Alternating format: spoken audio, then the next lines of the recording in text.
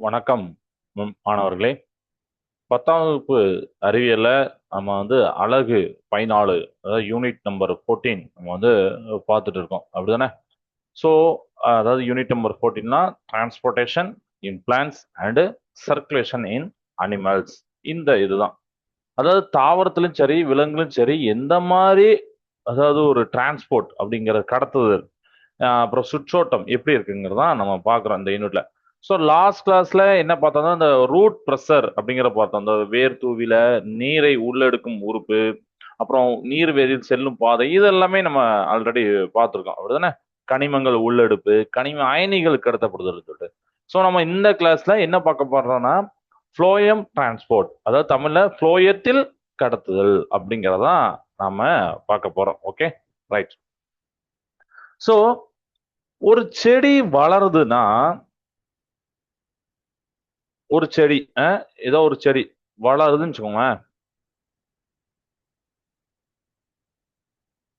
Okay, இதுக்கு என்னெல்லாம் தேவை? வெறும் தண்ணி மட்டும் இருந்தா போதுமா? வெறும் உரம் மட்டும் இருந்தா போதுமா? அப்படிதானே? சோ ஒரு செடி வளருதுன்னா அதுக்கு தண்ணி மட்டும் போதாது, வாட்டர் மட்டும் போதாது. இன்னொன்னு என்ன தேவை? ஃபுட்டு தேவை. சரியா? அப்போ இந்த லீவ்ஸ் ப்ரிப்பேர் ஆகுற, அந்த இலைகளை ப்ரிப்பேர் ஆகுற அந்த சாப்பாடு, அந்த ஃபுட்டு எப்படி செடிகளுடைய மத்த பார்ட்ஸுக்கு போகுது, மத்த பகுதிகளுக்கு போகுது அப்படிங்கறது ஒரு கொஸ்டின் ரைஸ் ஆகுதா? ஏன்னா இலைகள், லீவ்ஸ் ஃபுட்டை ப்ரிப்பேர் பண்ணணும், உங்களுக்கு சின்ன கிளாஸ் தெரியும். பட் அது எப்படி மத்த பார்ட்ஸுக்கு போகுது? சரிங்களா? இதை தான் நம்ம ஃப்ளோயம் டிரான்ஸ்போர்ட், ஃப்ளோயத்தில் கடத்துதல் அப்படிங்கறத நம்ம சொல்றோம். Okay, right. இப்போ பொதுவா சைலம் அப்படிங்கிறது தெரியும் உங்களுக்கு. இந்த சைலம் வழியாதான் உங்களுக்கு வாட்டர் மேல போகிறத நம்ம பின்னாடி படிப்போம், அசென்ட் ஆஃப் சாப் அப்படின்னு சொல்லிட்டு. சரியா? அது நம்ம பின்னாடி படிப்போம். சோ சைலம் வழியா தண்ணி, வாட்டர் மேல போறத அசென்ட் ஆஃப் சாப்னு சொல்லுவோம். ஆனா ஃபுட்டு போடுறதுக்கு ஃப்ளோயம் டிஷ்யூ, ஃப்ளோயம் டிஷ்யூ அதுதான் ரொம்ப ரொம்ப முக்கியம். சரியா? அப்ப நம்ம இந்த கிளாஸ்ல ரெண்டு முக்கியமான டீட்டெயிலையும் நம்ம பார்க்க போறோம். சோ ஃபர்ஸ்ட் நம்ம என்ன பார்க்க போறோம்னா,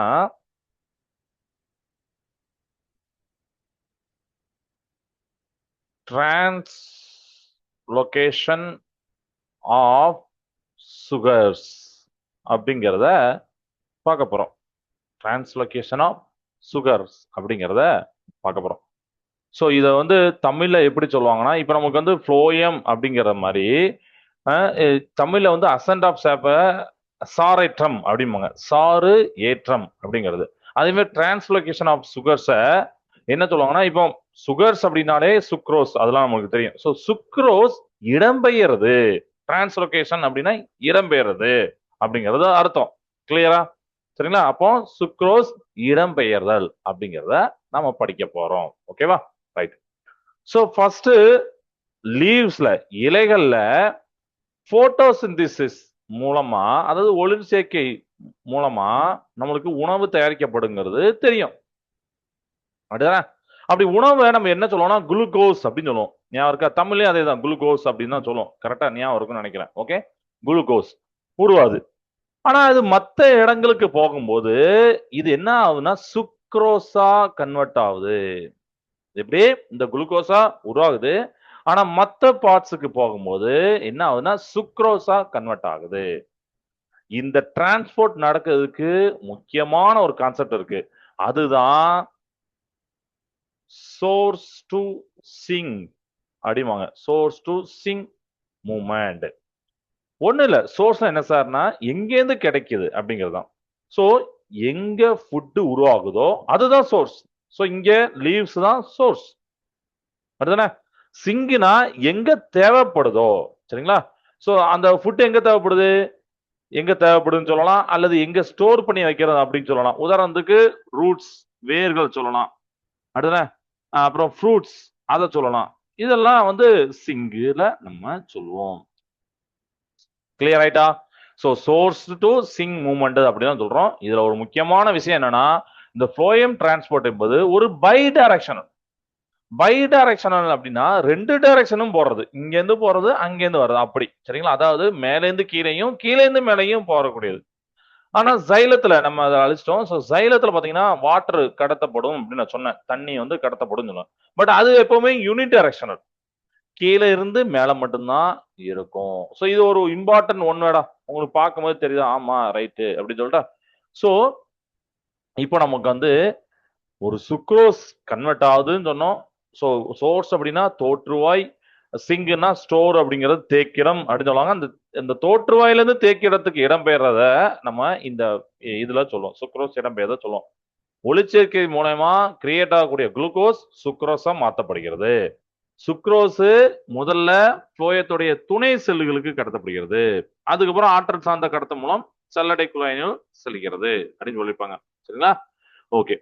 சோ இது நல்லா தெரிஞ்சுக்கோங்க, unit directional, by directional.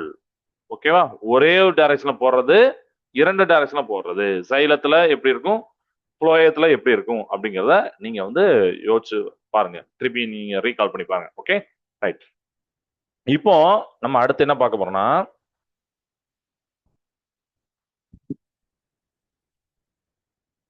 the pressure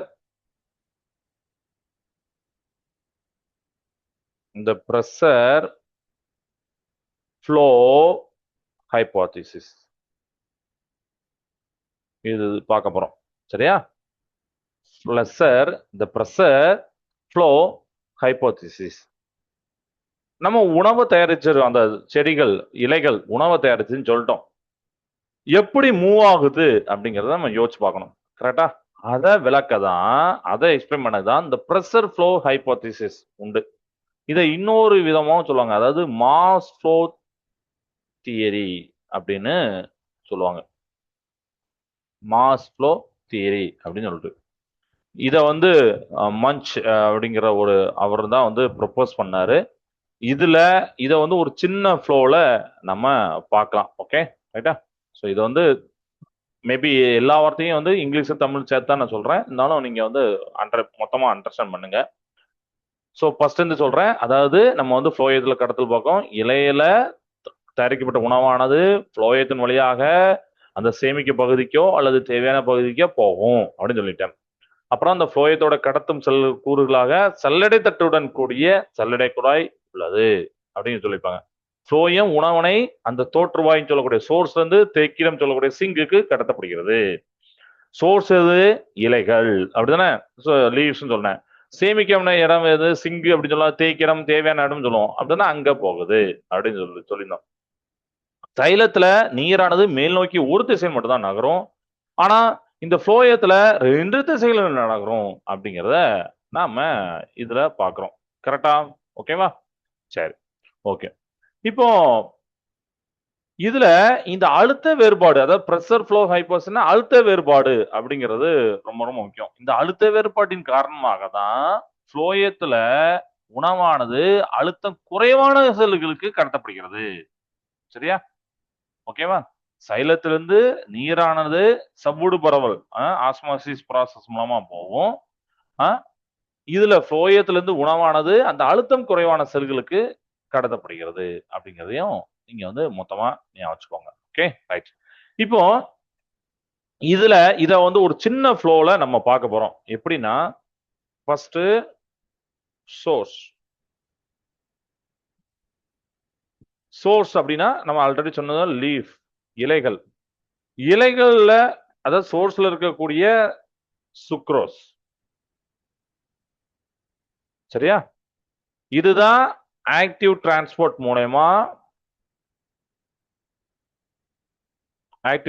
மூலமா ஃப்ளோயத்துக்குள்ள போகுது, சரிங்களா? இததான் ஃப்ளோயம் லோடிங் அப்படின்னு சொல்லுவாங்க.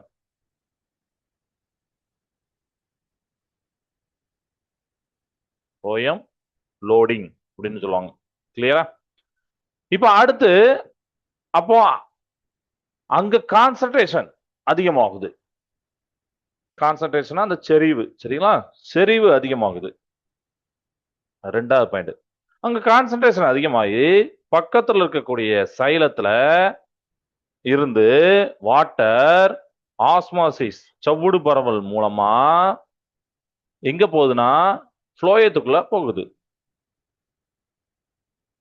சரியா? ஃப்ளோயத்துக்குள்ள வரும். அதனால இங்க வந்து ஒரு பிரஷர் கிரியேட் ஆகுதுன்னு சொல்றாங்க. அதுதான் டர்கர் பிரஷர். அதாவது உயர்ந்த அழுத்தம் அப்படின்னு தமிழ்ல சொல்லுவாங்க. சரியா? இந்த பிரஷர் அந்த சாப்பாட்ட பிரஷர் கம்மியா இருக்கக்கூடிய சிங்க நோக்கி தள்ளுது. கடைசியா சிங்கு அப்படின்னு சொல்லக்கூடிய தேக்கிடத்துல சாப்பாடு வந்து அப்படியே அன்லோடிங் ஆகும். ஃபர்ஸ்ட் லோடிங் பண்ணது இப்ப அன்லோடிங் ஆகும். ஸோ இதை தான் நம்ம வந்து ஃப்ளோயம் அன்லோடிங் அப்படின்னு சொல்லுவோம்.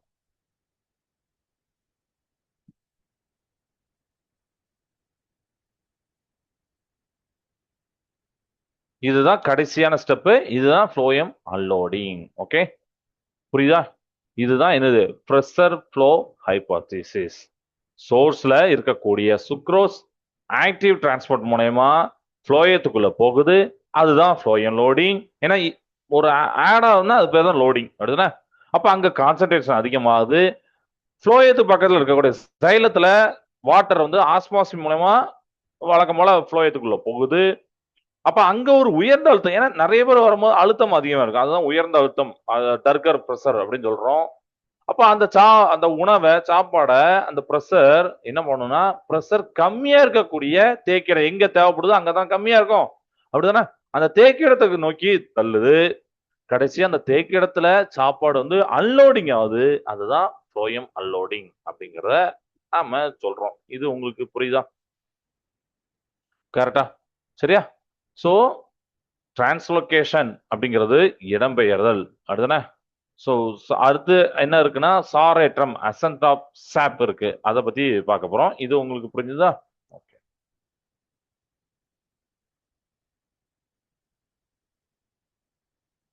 சாரேற்றம், அசன்ட் ஆஃப் சாப் அண்ட் ஈவென்ட்ஸ் அப்படின்னு சொல்லுவாங்க. ஸோ இவ்வளவு நேரம் நம்ம பார்த்தது உணவு எப்படி போகுது அப்படிங்கிறத பார்த்துட்டோம். அப்படிதானே? ஓகே. இப்போ இப்போ அசன்ட் ஆஃப் சாப் பார்க்க போறோம். அதாவது அசன்ட் ஆஃப் சாப்னா வேர்கள், ரூட்ஸ்ல நீர் உறிஞ்சப்படுது, கனிமங்கள் உறிஞ்சப்படுது, மினரல்ஸ் உறிஞ்சப்படுது நம்ம சொல்லியிருக்கோம், ஆல்ரெடி பார்த்துருக்கோம். அது மேல் நோக்கி கடத்தப்படுகிறது. அதுதானே? அப்படி கடத்தி தாவரத்துடைய மத்த பகுதிகளுக்கு போறதுதான் இந்த அசன்ட் ஆஃப் சாப் அப்படின்னு சொல்லுவோம். அதாவது சாரேற்றம், சாறு ஏற்றம் அப்படின்னு நம்ம சொல்லுவோம். சரியா? சோ சாரேற்றத்துல பல காரணிகள் ஈடுபடுகின்றன. அதை தான் நம்ம ஒன் பை ஒன்னா பல்வேறு படிநிலைகளை நம்ம பார்க்க போறோம். சரிங்களா? ஓகே. சோ நல்லா தெரிஞ்சுக்கோங்க. நம்ம இப்ப என்னென்ன படிக்கிறோம் அப்படின்னா ஒரு சா ஒரு உணவு சாப்பாடு எப்படி போகுதுன்னு பார்த்தோம். இப்ப தண்ணி எப்படி வேர்ல அதாவது ரூட்ஸ்ல இருந்து நுனி வரைக்கும் போகுதுன்னு பார்க்க போறோம். அதாவது வாட்டர் ரூட்ஸ்ல இருந்து எப்படி அந்த ஒரு எஜ் ஒரு ஒரு இலையோடைய நுனி வரைக்கும் போகணும்ல. அப்படிதானே? அங்க தண்ணி தேவைப்படாதா? அங்கேயும் போகணும்ல. சோ அதை தான் நம்ம வந்து ரூட்ஸ்ல இருந்து மற்ற பார்ட்ஸ்க்குலாம் போறத ஒரு எட்ஜ் வரைக்கும் போறத கூட நம்ம சொல்றோம். அதை தான் நம்ம வந்து அசன்ட் ஆஃப் சாப் அப்படின்னு சொல்றோம். சரிங்களா? ஓகே. சாரட்டன் சொல்றோம். சோ இதுல முக்கியமான சில ஈவெண்ட்ஸ் இருக்கு. என்னலாம் அப்படின்னா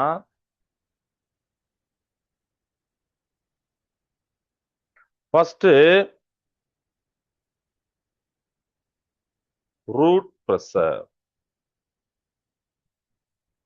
அதாவது வேர்ல அழுத்தம். அதுதானே? இப்ப ரூட்ஸ்ல இருந்து வாட்டர்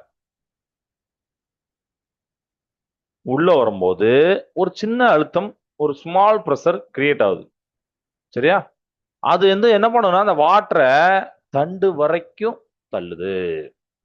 ரூட் பிரஷர் அப்படிங்கறத ஞாபகம் வச்சுக்கோங்க. வேறு தான் தண்ணிய வாட்டரை உறிஞ்சுது. அப்படி வேர்ல இருந்து தண்ணி உள்ள வரும்போது ஒரு சின்ன ப்ரெஷர் கிரியேட் ஆகுமா? பொதுவாக அப்படிதானே. நம்ம வீட்டுல வந்து ஒரு பைப் எடுத்துக்கோன்னு வச்சுக்கோங்களேன். அந்த பைப்புக்குள்ள தண்ணி வருது, அப்ப அழுத்தம் அங்க அதிகரிக்கு அப்படின்னு சொல்லிட்டு. அதுதானே? அப்போ அதுல வந்து அந்த அழுத்தத்தினால இங்க நம்ம பார்க்கும்போது அழுத்தத்தினால அந்த அந்த வாட்டர் வந்து தண்டு வரைக்கும் அப்படி ஸ்டெம் வரைக்கும் அப்படி தள்ளப்படுது. ஓகே. ரைட். ரெண்டாவது கேபிலரி ஆக்ஷன். இது ரொம்ப இம்பார்ட்டன்ட் ஆக்ஷன்.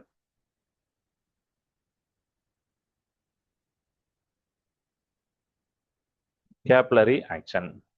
ரொம்ப மெல்லிய குழாய்களான கேப்லரி டியூப்ஸ் தான் நமக்கு வந்து தண்ணி வாட்டர் மேல ஏறும். கரெக்டா? அதே மாதிரி ஜைலம் வெசல்ஸ் வெசல்ஸ்லயும் நடக்குது. கிளியராயிட்டா? ஓகே. ஸோ இதை தமிழ்ல திருப்பி சொல்றேன். ஃபர்ஸ்ட் நமக்கு வந்து லாஸ்ட் கிளாஸ்ல வேர் அழுத்தம் அப்படிங்கிறத பார்த்தோம். மண்ணில் இருக்கக்கூடிய அந்த மினரல்ஸ் கனிமங்கள் வேர்ல கடத்தக்கூடியது, அந்த கடத்தும் திசுகளுக்கு ஆற்றல் சால் கடத்தல் மூலமா கடத்தப்படுகிறது அப்படிங்கிற நம்ம லாஸ்ட் கிளாஸ் பார்த்தோம். அதனுடன் சேர்ந்து வாட்டரும் இதாகுது, கடத்தப்படுகிறது. அப்போ உள்ள சைலத்துல ஒரு ப்ரெஷர் கிரியேட் ஆகுது, அதாவது இன்க்ரீஸ் ஆகுது. இதுதான் வேர் அழுத்தம் அப்படின்னு படிச்சிருப்போம். இதன் காரணமாக தான் நீரானது தண்டுல சிறு தூரம் ஏறும். அப்படிதானே? இதெல்லாம் படிச்சிருக்கோமா? ஓகேவா? ரைட். இப்போ இதுல வந்து அந்த ஆற்றல் எப்படி இருக்கு, அதாவது அழுத்தம் அப்புறம் ஆற்றல் இந்த மாதிரி வார்த்தைகள்லாம் தெரிஞ்சு வச்சுக்கோங்க. கிளியரா? அதே மாதிரி கேப்லரி ஆக்ஷன் அப்படிங்கிறது அந்த குழாய், கேப்லரி டியூப்னு ஒன்று கெமிஸ்ட்ரி இதுல உண்டு கேப்லர் டியூப்னு சொல்லிட்டு. அந்த கேப்லர் டியூப் நீங்க நேர்ல பாத்தீங்கன்னா உங்களுக்கு தெரியும். தமிழ்ல பாத்தீங்கன்னா நுண்துளை ஈர்ப்பு விசை, அதாவது தந்துகி குழாய் விசை அப்படிங்கறதெல்லாம் வார்த்தையெல்லாம் போட்டிருப்பாங்க. இதெல்லாம் படிக்கும் போது ரொம்ப ஒரு கன்ஃபியூஷனா இருக்க மாதிரி இருக்கும். ஆனா நீங்க ரெகுலரா அதை எழுதி எழுதி பார்த்தீங்கன்னா உங்களுக்கு வந்து அந்த வார்த்தைலாம் நல்ல ஞாபகம் இருக்கும். சரிங்களா? ஏன்னா பின்னாடி உங்களுக்கு நிறைய வார்த்தை வரும். ஹட்கசன் ஹோகசன் அப்படிங்கிற மாதிரிலாம் இதுல உங்களுக்கு வரும். நீர் மூலக்கூறுடைய கூட்டிணைவு, ஒட்டிணைவு, நீராவி போக்கக்கூடிய இழுவிசை, இந்த வார்த்தையெல்லாம் நீங்க திருப்பி திருப்பி எழுதி பார்த்தாதான் உங்களுக்கு வந்து ஞாபகம் வரும். Okay, right. ஸோ சாரற்றத்துல நம்ம பார்க்கலாம். வேர்களின் மூலமா நீர் உறிஞ்சப்படுது, கனிமங்களும் உறிஞ்சப்படுது, அது மேல் நோக்கிய கடத்தப்படுகிறது. அடுத்தானே தாவரத்துடைய பிற பகுதிகளுக்கும் செல்றதுதான் அசன்ட் ஆஃப் சாரேற்றம் அப்படின்னு சொல்லணும். அப்ப சாரேற்றம் பின்வரும் படிநிலையில் நடைபெறுகிறதுன்னு சொல்லிட்டு ஒரு பிக்சர் போட்டிருப்பாங்க. அதை நான் டிரா பண்ணி உங்களுக்கு காமிக்கிறேன்.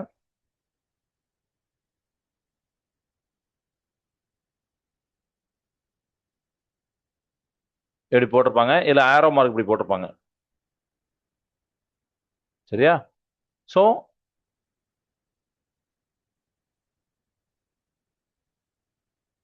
ஓகே, இப்படி போட்டிருப்பாங்களா? சரி. இப்ப நம்ம என்ன பண்ணோம்னா இதுல ஒரு இலையை நம்ம காமிக்கிறோம். எப்படி ஒரு இலையை காமிக்கிறோம். இந்த இலையில இருந்து தான் நீராவி போக்கு நடைபெறுகிறது. அடுத்தானே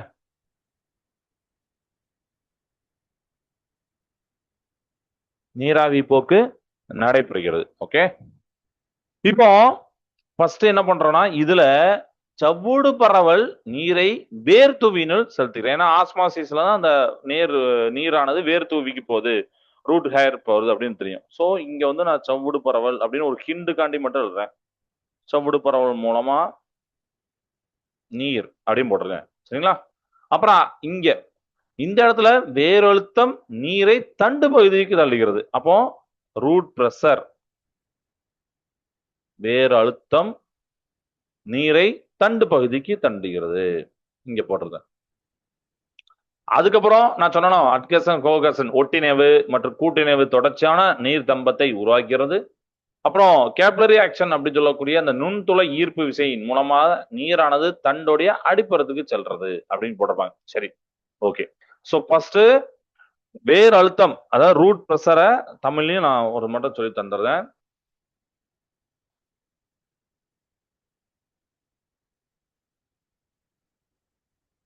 வேர் அழுத்தம். ஓகேவா? மண்ணில் உள்ள நீரானது வேர் தூவிகளுக்கு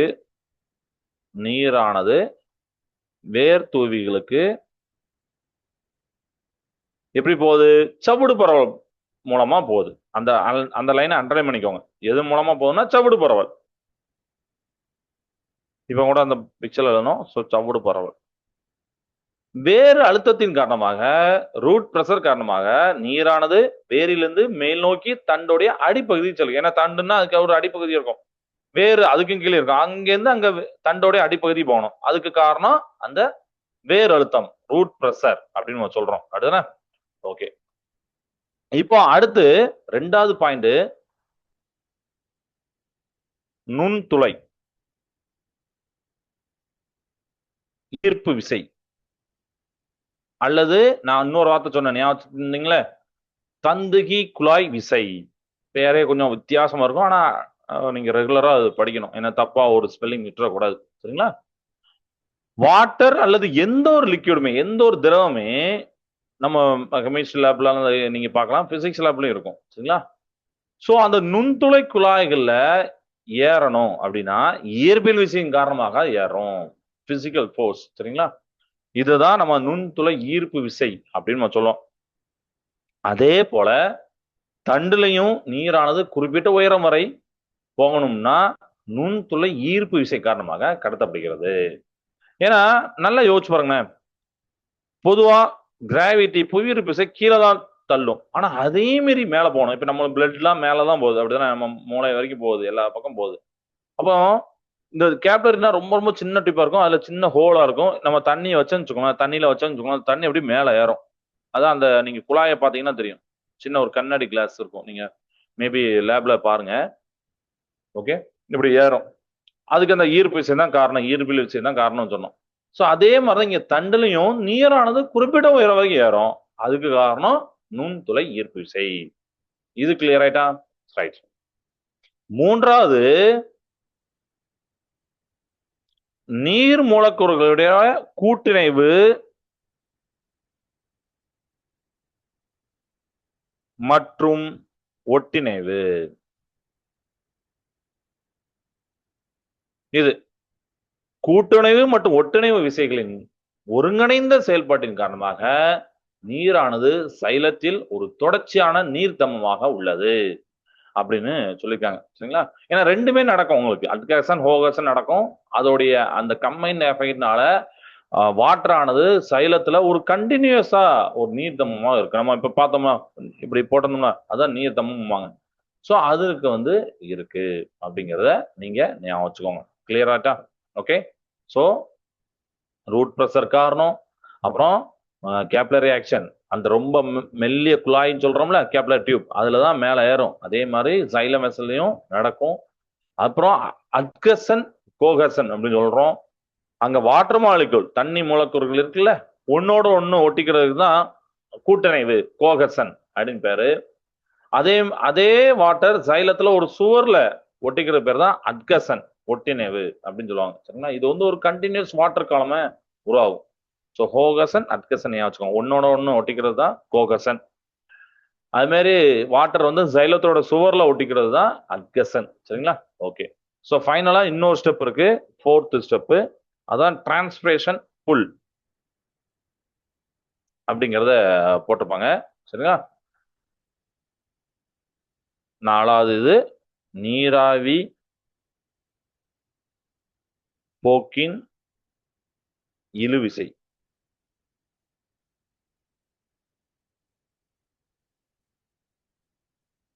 அதான் சொன்னோமா இங்கிலீஷ்ல டிரான்ஸ்பிரேஷன் புல் அப்படின்னு சொல்லிட்டு. இப்போ இலையில இலைத்துளை இருக்குன்னு தெரியும். ஸோ இலைத்துளை வழியாக இலைத்துளையின் வழியாக நடைபெறும் ஒரு நீராவி போக்கின் காரணமாக ஒரு வெற்றிடம் இருக்கும். ஏன்னா இலைத்துளையில உங்களுக்கு நீராவி போக்கு நடந்து இருக்கும். அப்ப அந்த இடத்துல ஒரு வெற்றிடம் இருக்கும்ல. இதனால் அந்த இடத்துல ஒரு சக்ஷன் அப்படின்னு சொல்லக்கூடிய இழுவிசை உண்டாக்கப்படும் அப்படின்னு சொல்லியிருக்காங்க. இழுவிசை உண்டாக்கப்படும், சக்ஷன். இந்த விசையே நீராவி போக்குடைய இழுவிசை.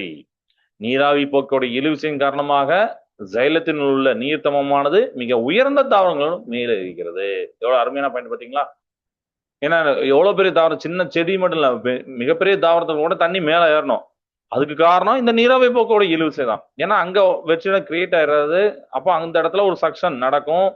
அப்ப கீழ இருந்து மேல பிடிச்சிருக்கு ஒரு இழுவிசை ஒருத்தர் கிடைக்காருல்ல. சோ நீராவி போக்கோட இழுவிசை காரணமாக தான் சைலத்தில் உள்ள நீர்த்தமமானது மிக உயர்ந்த தாவரங்களையும் மேல இருக்கிறது. நல்ல பாயிண்டா? ஸோ டிரான்ஸ்பிரேஷன் புல் பார்க்கலாமா?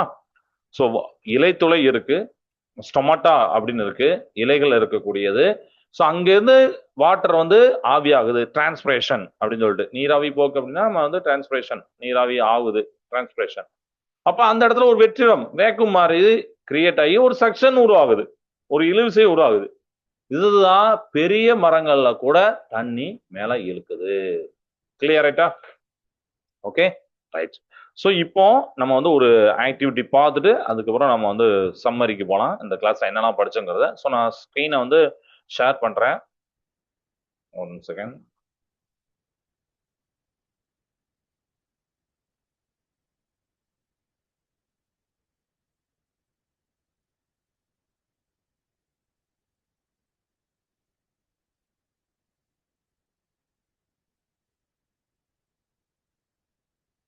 ஸோ ஸ்க்ரீன்ல உங்களுக்கு வந்து தெரிஞ்சிருக்கும்.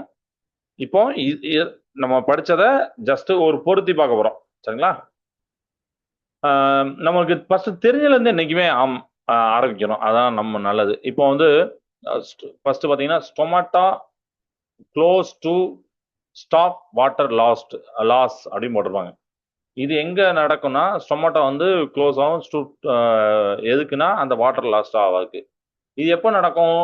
நைட் டைம்ல நடக்கும். ஸோ நைட் டைமை இங்க சூஸ் பண்ணிடுறேன். எப்படி எப்படி சும்மா சூஸ் பண்ணோம். ஓகேவா? ரைட்.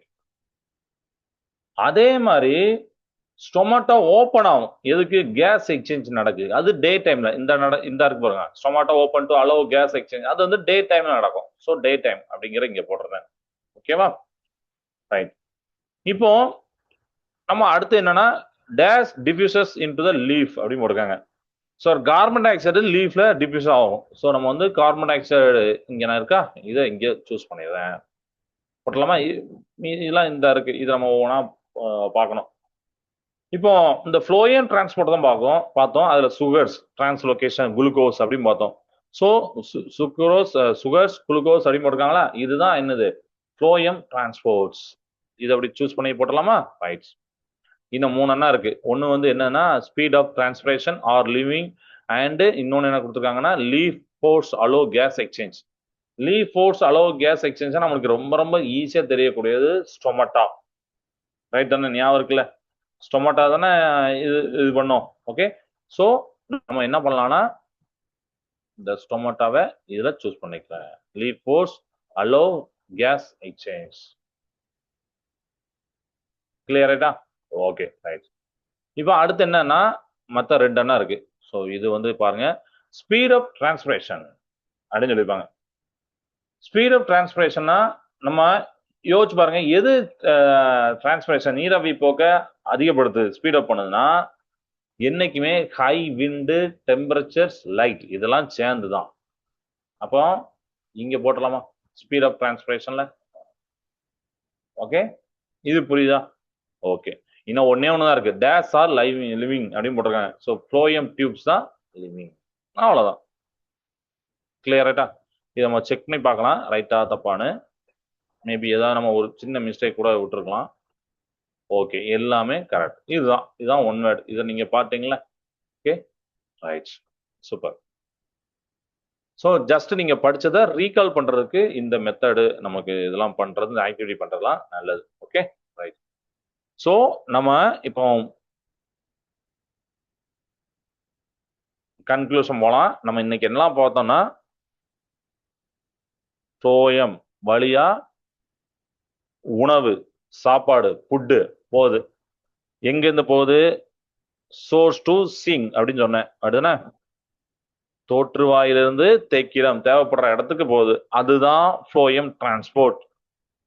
ஃபுட்டு போறது. அது எப்படி நடக்குன்னா ப்ரெஷர் ஃப்ளோ ஹைபோதிசிஸ் மூலமா நடக்குது அப்படின்னு சொன்னேன். ப்ரெஷர் ஃப்ளோ ஹைபோதிசிஸ் மூலமா நடக்குது. அதே மாதிரி ஜைலத்துல ஜைலம் வழியா, தமிழும் சைலம் தான் போட்டிருப்பாங்க அப்படிதானே? ஜைலம் வழியா வாட்டர் மேல ஏறக்கூடியது. வாட்டர் மேல ஏறுதுல, அதுதான் சாரேற்றம், ascent of sap, ascent of sap அப்படிங்கிறது நம்ம பார்த்தோம்.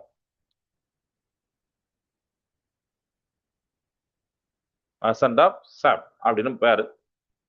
இதுக்கு டிரான்ஸ்பிரேஷன் புல் அப்படிங்கிற நீராவி போக்கோட இழுவிசை ரொம்ப பெரிய காரணம். சரியா? ஏன்னா அங்க அந்த நீராவி போக்கு நடக்குது, அந்த இடத்துல அழுத்தம் உருவாகுது, தண்ணி அப்படி தண்டுல மேல போகுது. கிளியர் ஆயிட்டா? இதுதான் இந்த கான்செப்டுக்கு உண்டான இம்பார்ட்டன்ட் வேர்ட்ஸ்லாம் நான் உங்களுக்கு வந்து சொல்லியிருக்கேன். சரியா? ரைட். ஸோ ஒரு 2 ஹோம்ஒர்க்கை நீங்க நோட் பண்ணிக்கோங்க. ஹோம்ஒர்க்னா மீன்ஸ் நீங்க வீட்டில் வச்சு ஜஸ்ட் பண்ணி பாருங்க. ஏன்னா இதெல்லாம் எக்ஸாம்ல கேட்கக்கூடியதான். நான் இப்போ திருப்பி ஸ்க்ரீன்ல வந்து உங்களுக்கு காமிக்கிறேன். நீங்க அதை சும்மா நோட் பண்ணி யாருமே நம்மகிட்ட கேட்கல நம்ம ஏன் பண்ணணும் அப்படின்னு நினைக்க கூடாது. ஜஸ்ட் நீங்க பண்ணி பாருங்க. நான் உங்களுக்கு ஸ்க்ரீனை ஷேர் பண்றேன்.